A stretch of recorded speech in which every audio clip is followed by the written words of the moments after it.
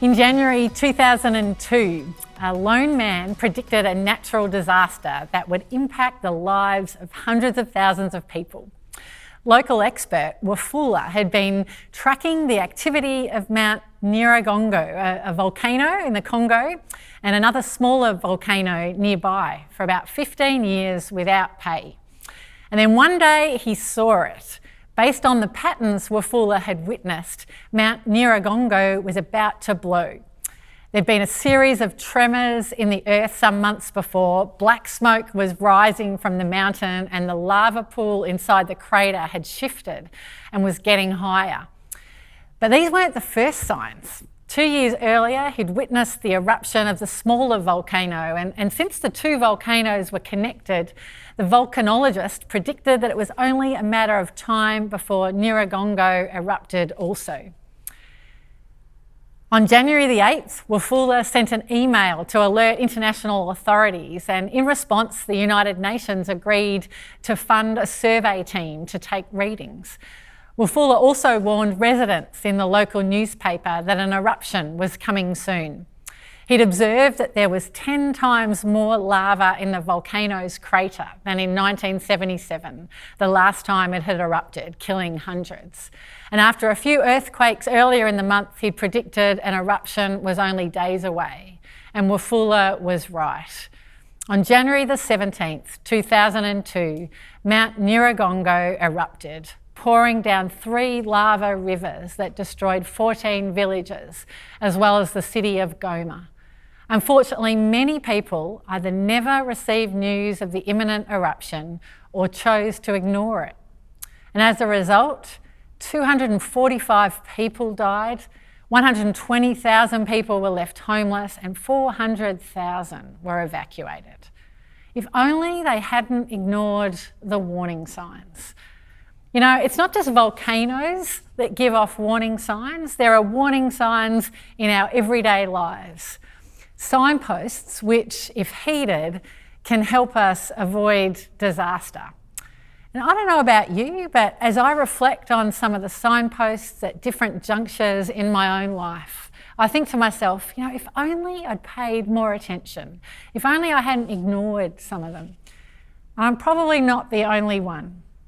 You know, it might be today that God is wanting to get your attention and speak to you about something in your life, and maybe you're missing some of his signposts. You might not even realise that the track you're heading down is not only going to hurt you, but some of those closest to you, and you're missing some of the warning signs that God, by his grace, has put across your path. So how do you know what to look for? And how do you ensure that you don't miss God's signposts until it's too late? Well, the story we're going to look at today is going to provide us with some answers to these questions. We pick it up with Israel having just arrived in Moab, on the wrong side of the Jordan to the Promised Land. And let's set the scene now with the first few verses. Then the Israelites, this is in Numbers chapter 22, then the Israelites travelled to the plains of Moab and camped along the Jordan across from Jericho. Now Balak, son of Zippor, saw all that Israel had done to the Amorites, and Moab was terrified because there were so many people. Indeed, Moab was filled with dread because of the Israelites. The Moabites said to the elders of Midian, "This horde is going to lick up everything around us as an ox licks up the grass of the field." So Balak, the king of Moab, he's freaked out because this huge group of people is travelling through his land.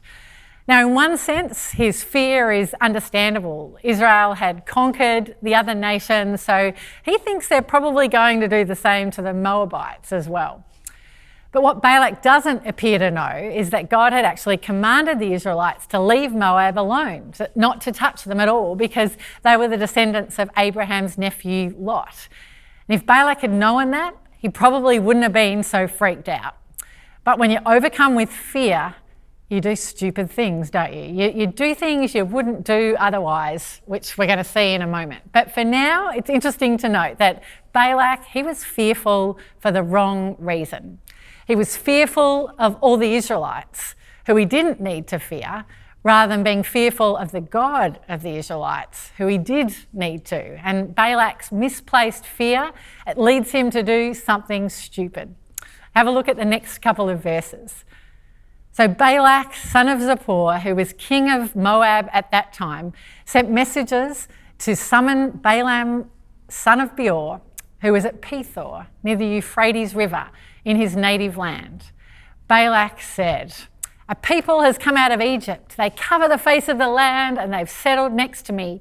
Now come and put a curse on these people because they are too powerful for me. Perhaps then I'll be able to defeat them and drive them out of the land. For I know that whoever you bless is blessed and whoever you curse is cursed." The elders of Moab and Midian left, taking with them the fee for divination. And when they came to Balaam, they told him what Balak had said. So here we have Balaam appearing out of nowhere. And although we've never heard of him before, recent archaeological discoveries in the region have unearthed some of his prophecies, which have been preserved in an inscription dating back to the 8th century BC, attesting to the fact that others knew of his reputation as a diviner at the time. And it seems that he's got the gift of prophecy, although it's mixed with pagan influences such as the occult and sorcery, otherwise known as divination. Apparently, diviners used to speak into holes in the ground and talk to the spirits of the dead. They'd shake arrows and they would talk to household idols and they'd read the livers of dead goats, that kind of thing. But despite all this, it seems Balaam's got some understanding of Israel's God, though. Maybe because he comes from Pethor in Mesopotamia, which isn't far from where Abraham once lived. But anyway, it seems he's a big deal in the diviners department, as Balak says this about him. "For I know that whoever you bless is blessed, and whoever you curse is cursed." And these words remind us, don't they, of the Abrahamic covenant, where God says that he's going to make Abraham into a great nation and he's going to bless him so that he'll be a blessing to the nations, saying, "I will bless those who bless you, but whoever curses you, I will curse." That's in Genesis chapter 12. And it reminds us, doesn't it, ultimately, that it's God who bestows blessings or curses on nations, not Balaam. Anyway, the Moabites and the Midianites, they conspire together to recruit Balaam to do what he's famous for, which is putting a curse on the Israelites. And the fact that God has to actually forbid him later on from doing so suggests that he wasn't a complete fraud and that he had real powers. Let's read on. "When they came to Balaam, they told him what Balak had said. 'Spend the night here,' Balaam said to them, 'and I will report back to you with the answer the Lord gives me.' So the Moabite officials stayed with him. God came to Balaam and asked, 'Who are these men with you?' Balaam said to God, 'Balak, son of Zippor, king of Moab, sent me this message. A people that has come out of Egypt covers the face of the land. Now come and put a curse on them for me. Perhaps then I will be able to fight them and drive them away.' But God said to Balaam, 'Do not go with them. You must not put a curse on these people because they are blessed.'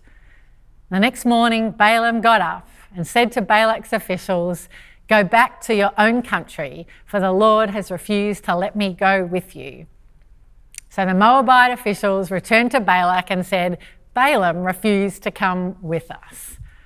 Now, I'm not sure what was going on in Balaam's head here, because essentially he's running this request by the Lord. This is what he says: "Yahweh, can I go with this group of men so that I can curse your people? You know, the people that you love and that you're going to bless. Would it be all right with you if I kind of turn you against them?" And we go, "Balaam? Really?" It's the first sign of what can really only be described as his foolishness. And God replies, "Do not go with them. You must not put a curse on those people because they are blessed." It sounds pretty clear, doesn't it? No, you can't. Do not go. You're not allowed to curse them. I mean, that really should have been the end of it. But Balaam replies to Balak's officials the next morning with, "Go back to your own country, for the Lord has refused to let me go with you." And you can almost hear Balaam's heart in it, can't you? You know, I really would like to go with you, but I can't. God's not letting me. It's a real bummer, but I guess I just can't go. And it's almost like he was begging them to ask again. So the Moabite officials, they report back to Balak, who refuses to take no for an answer because he's determined to have Israel cursed. Take a look. Then Balak sent other officials, more numerous and more distinguished than the first. They came to Balaam and they said, "This is what Balak, son of Zippor, says. Do not let anything keep you from coming to me, because I will reward you handsomely and do whatever you say. Come and put a curse on these people for me." But Balaam answered them, "Even if Balak gave me all the silver and gold in his palace, I could not do anything great or small to go beyond the command of the Lord my God." Note that, the Lord my God, he says. Then he goes on, "Now spend the night here so that I can find out what else the Lord will tell me." And so instead of saying, "Look, I told the first guys who came that God had said no, it was pretty clear, so it's a no again, that's it," what Balaam actually says is something like this. You know, "I told the first guys who came that I couldn't come with them, and even if Balak gave me a whole house full of silver and gold, I still can't come with you. But tell you what, stick around and I'll see what else God might have to say about that." At first glance, it seems that Balaam's response is commendable, doesn't it? He's saying he can't come no matter how much money is being offered him. But I think what's really going on is that he's wanting to see if maybe, or if possibly, God might change his mind on this thing. And who knows, he could still get rich. I mean, if he really was so determined not to do anything beyond the command of the Lord his God, why does he need to ask them to spend another night with him, as though God might have some further word on the matter? I mean, what more does God need to say to him besides no? But Balaam's looking for a loophole because he's fixated on his own interests rather than God's. Essentially, it's a choice between foolishness or faithfulness. And you know what? That's our choice too. When it comes to the course of my life and yours, the question we need to ask ourselves is, am I fixated on foolishness or faithfulness? And that's got everything to do with whether I'm fixated on furthering my own interests or God's purposes. Balaam, it seems, he doesn't get the difference between Yahweh, the God of Israel, and his pagan gods, who were thought to be open to manipulation by means of persistence and extreme measures.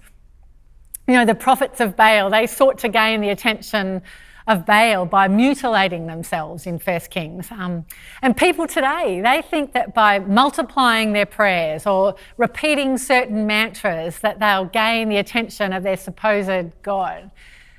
Kids can be pretty good at this too, can't they?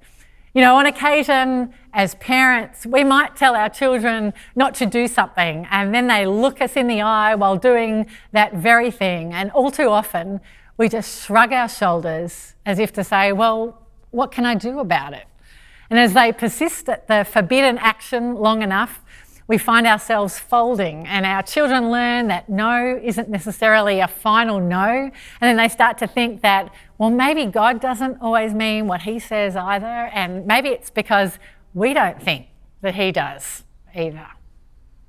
God has spoken on so many things, but when we keep looking for another answer or a further word, when we say, well, you know, I know what God says, but, well, what do you think? It actually betrays our fixation on foolishness rather than faithfulness. Have a look at what happens next in the story. That night, God came to Balaam and said, "Since these men have come to summon you, go with them, but do only what I tell you." Balaam got up in the morning, saddled his donkey and went with the Moabite officials. But God was very angry when he went, and the angel of the Lord stood in the road to oppose him. Balaam was riding on his donkey and his 2 servants were with him. Let's just stop for a moment. I mean, you might be wondering, why does God get angry at Balaam when he clearly told Balaam the second time around, okay, you can go with them, but only do what I tell you to do? I mean, why is God getting angry here? Didn't he just tell Balaam to go? It might appear that God is changing his mind here, but I don't think that that's the case. God did end up telling Balaam to go, but it was only after Balaam had demonstrated a very clear desire to go. Balaam wanted to disobey God. He wanted very much to disobey. So basically, God lets him do it. We get this, don't we? I mean, husbands, imagine the guys are planning to watch an AFL game one Friday night, and it's a night you've already scheduled as a date night. And so you talk with your wife about the possibility of rescheduling the date night, but she says no, as you've been planning this night for weeks, and she is really looking forward to it, and you are too. But you go back to the guys and you tell them that you can't make it, but they're not prepared to accept no for an answer. They've been talking about getting together again for a game for the last 3 months of COVID-19 lockdown. And so you go back and you ask your wife if she'd be okay if you still go, given the circumstances. And, well, she ends up saying that if your mates are really demanding that you join them, well, then go ahead and go. Now, you probably wouldn't say that your wife is overly pleased about this. I mean, she didn't really give you permission. She gave you over to your own will. She let you do what you were already determined in your heart to do anyway. Well, I think that's what's actually happening here. God lets Balaam disobey, but it doesn't mean he's pleased with what he's permitting Balaam to do. And just because he allows us to persist along a pathway of sin, it doesn't mean that he approves of it either, or that his word or his will have changed in any way. In fact, often when he permits us to do our own thing, he also allows us to experience the consequences that go along with it, which we're going to see. But first, how does God respond to Balaam? Well, this is what he says, essentially. Fine, you can go, but do you know what? Because you've chosen to ignore the clear revelation of my word, you're now putting yourself in opposition to me. The verse actually says, the angel of the Lord stood in the road to oppose him. And it's more than just that Balaam had angered God, or the angel of God representing his presence here, but he's actually made him his adversary. You know, sometimes we can be so fixated on where we want to go and what we want to do that we can miss all the signposts along the way trying to tell us that we're going in the wrong direction. And sometimes it's not just that we miss them, but we actually ignore them. And like Balaam, we can ignore the signposts of God's word to us, looking for a loophole when God has already made his will clear to us. And because we're so fixated on our own purposes rather than God's, the danger is that we're actually making God our adversary. And I'm not so sure that that's a position that I want to ever find myself in. I don't know about you. Balaam misses something else along the way too, though. Let's have a look. When the donkey saw the angel of the Lord standing in the road with a drawn sword in his hand, it turned off the road into a field.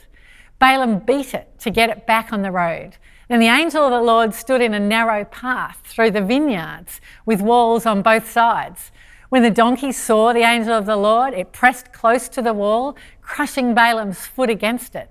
So he beat the donkey again. Then the angel of the Lord moved on ahead and stood in a narrow place where there was no room to turn, either to the right or to the left. And when the donkey saw the angel of the Lord, it lay down under Balaam, and he was angry, and he beat it with his staff. It's a sad commentary, isn't it, when an angel has more spiritual insight than a human being. But check out the signposts that Balaam misses here. I mean, firstly, there was the swerve off the road into a field. And then there was the crushing of Balaam's foot against the vineyard wall. And finally, the collapsing of the donkey flat to the ground under Balaam. You know, I think there are times when God sends signposts of personal pain our way, a donkey to crush our foot against the wall or send us crashing to the ground, and it's because he's trying to get our attention. C.S. Lewis says in The Problem of Pain that pain insists upon being attended to. God whispers to us in our pleasures. He speaks in our conscience, but he shouts in our pains. It is his megaphone to rouse a deaf world. And I'm not sure what pain you might be experiencing at the moment, but the reality is that some of the pain in our lives is being used by God to get our attention. We're going to come back to this in a moment, but for now, let's read on. And this is where the story gets a little weird, okay? This is how it goes. Then the Lord opened the donkey's mouth, and it said to Balaam, "What have I done to you to make you beat me these 3 times?" Balaam answered the donkey, "You have made a fool of me. If only I had a sword in my hand, I would kill you right now." And the donkey said to Balaam, "Am I not your own donkey, which you have always ridden to this day? Have I been in the habit of doing this to you?" "No," he said. Now, I don't know whether this is a horse whispering kind of thing happening in reverse, and Balaam is given the gift of interpreting the donkey's language a la Dr. Dolittle, or whether God actually made the donkey speak, but either way, it's a pretty cool miracle, isn't it? You know, there are other accounts in the Bible where evil spirits have either spoken or worked through animals, like the snake in the Garden of Eden or the pigs that rushed headlong into the lake in the Gospels, as well as God orchestrating the crowing of a rooster as a sign to Simon Peter. So maybe it's not that crazy to think that the one who gave human beings as well as animals their mouths can actually make one speak on the odd occasion in order to make a point. But whatever you might think about that, and I'll leave that with you, there are a few things to note here. Firstly, Balaam is filled with rage over the situation. And it's because he's doing wrong and he knows it. And we know what that can be like, don't we? In fact, Balaam is so filled with fury here that he's not only unimpressed that his donkey is talking, but he actually talks back to the animal and says, "You have made a fool of me." And it seems he's actually more concerned with how he looks in front of others than the fact that his donkey is talking here. Remember, he's a man who is highly regarded for his supposed ability to control the gods, and yet here he can't even make his donkey go where he wants it to go. And now he's carrying on a conversation with it. And for a man who was supposed to be in touch with the spiritual forces, it doesn't take rocket science to see there's probably some kind of significance to this donkey's 3-fold refusal to stay on the path. But Balaam completely misses the signpost of his talking donkey, trying to warn him of God's presence. He misses every signpost. I love the donkey's response here. "Am I not your own donkey? You know, have I been in the habit of doing this to you?" And all Balaam can say is, "No." It's interesting, isn't it, that God can even cause a donkey to speak in such a way that he removes all the arguments that Balaam might otherwise give. Let's read on. Then the donkey opened Balaam's eyes, and he saw the angel of the Lord standing in the road with his sword drawn. So he bowed low and he fell face down.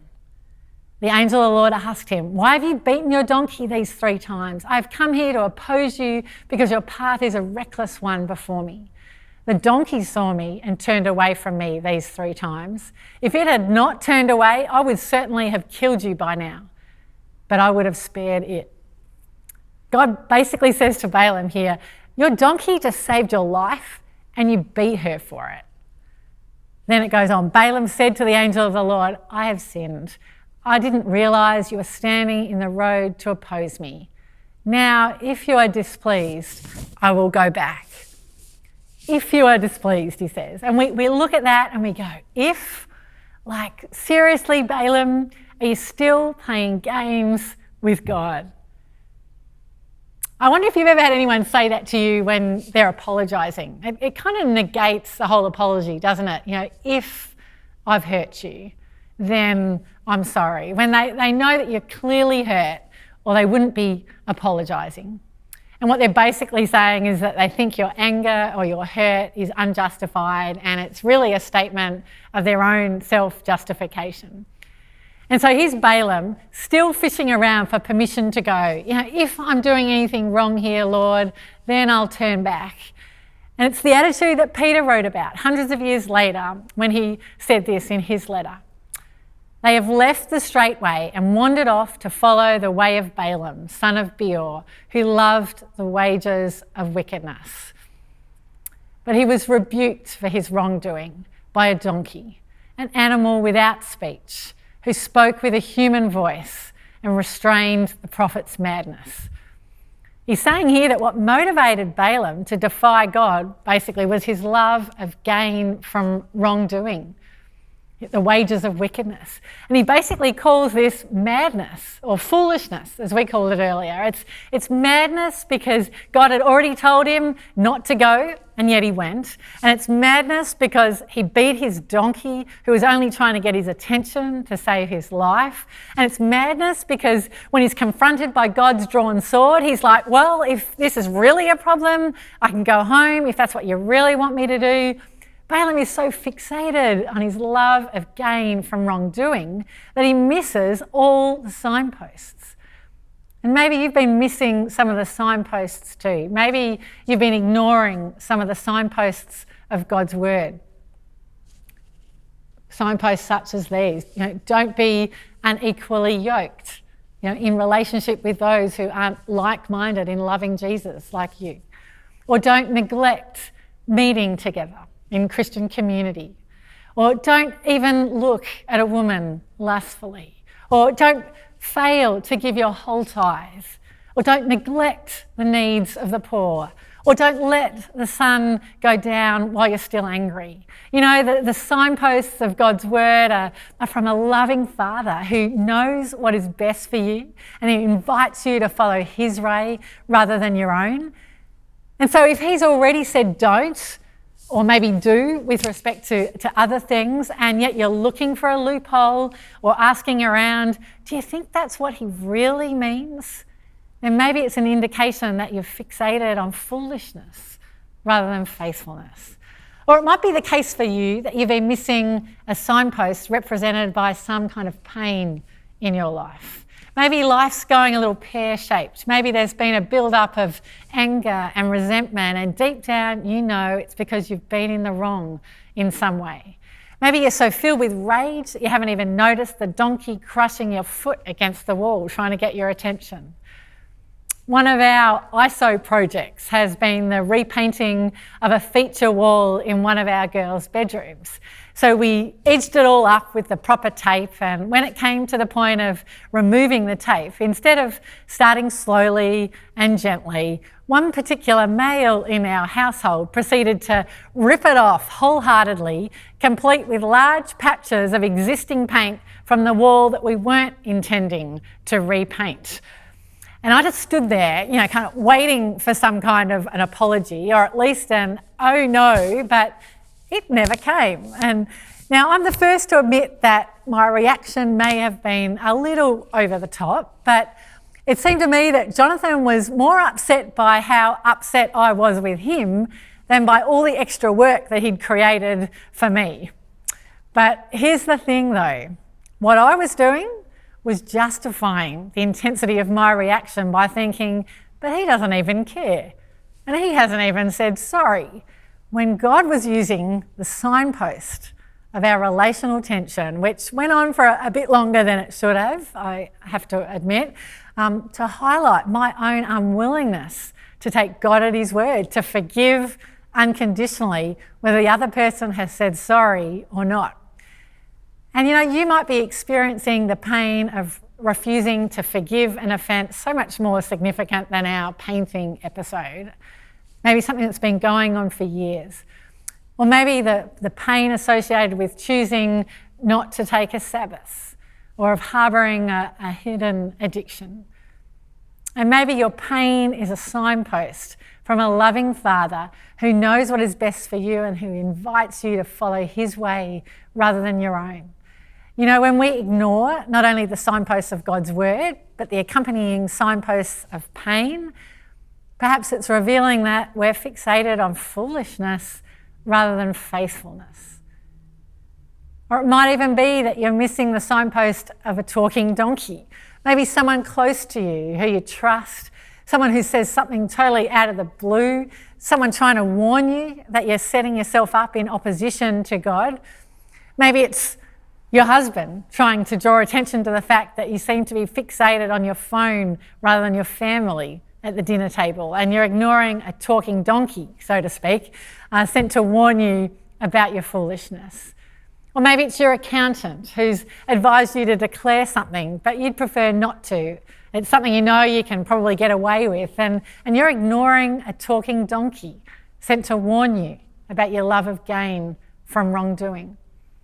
And while God's standing in the road to oppose you because he's a loving Father who knows what is best for you and who invites you to follow his way rather than your own, you might still be fishing around for permission to ignore what he's already made crystal clear.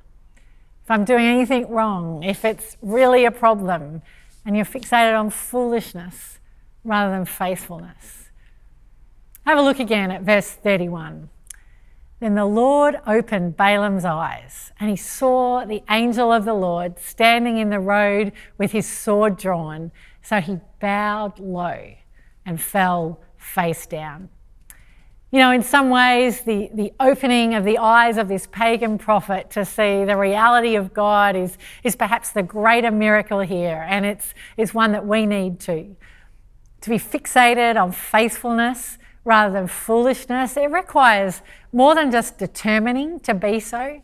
We need to be praying something like this. Lord, open my eyes like you opened Balaam's. Help me to see you for who you really are and not to ignore the signposts that you put before me. I choose now to bow before you as my Lord and my God. You know, there's going to be the opportunity to pray that prayer in a moment, but before we do, you know, we are so dependent on God's grace in all of this, aren't we? Dependent on his grace to be at work in us, to will and to act according to his good purposes, to not ignore the signposts. You know, the story of Balaam is ultimately a story about God's grace at work to accomplish his big picture purpose, which is to bless and to save. It's grace that saved a rebellious prophet from being killed by a flaming sword, which we've just seen. And it's grace that turned Balak's intention to curse God's people into Balaam's compulsion to bless them. And ultimately, it's grace that was poured out on Balaam as he prophesied about the coming Messiah in Numbers 24, if you look further on. And this is what it says in some of the verses there. The prophecy of one who sees a vision from the Almighty, who falls prostrate and whose eyes are opened. I see him, but not now. I behold him, but not near. A star will come out of Jacob, a scepter or a ruler will rise out of Israel. Now, these are the words that came out of Balaam's mouth. The one who Balaam saw and beheld, the star and the ruler, was none other than Jesus, the one who had come to die for our foolishness, all because of his faithfulness. And because we're so often inclined towards foolishness rather than faithfulness, that's the good news of the gospel of grace for us right there, isn't it? It's why the story of Balaam is ultimately a story of hope and encouragement, because there's grace for us when we get it wrong, and because there's a promise that when we seek to be fixated on faithfulness, when we pay attention to the signposts, that we'll not only end up blessed ourselves, but we'll be used by God to be a blessing to others. So why don't you join me now, if you'd like, to pray the prayer that I prayed before. Let's join in prayer together now. Lord, open my eyes. Lord, help me to see you for who you really are and not to ignore the signposts that you put before me. Why don't you pause right now and why don't you think about some of the signposts that God has put before you? Maybe some of the signposts in his word, or the signposts of pain, or perhaps the signpost of a talking donkey. Why don't you reflect on what some of those signposts might be that God has been putting across your path, and reflect on what he might be speaking to you about in this moment.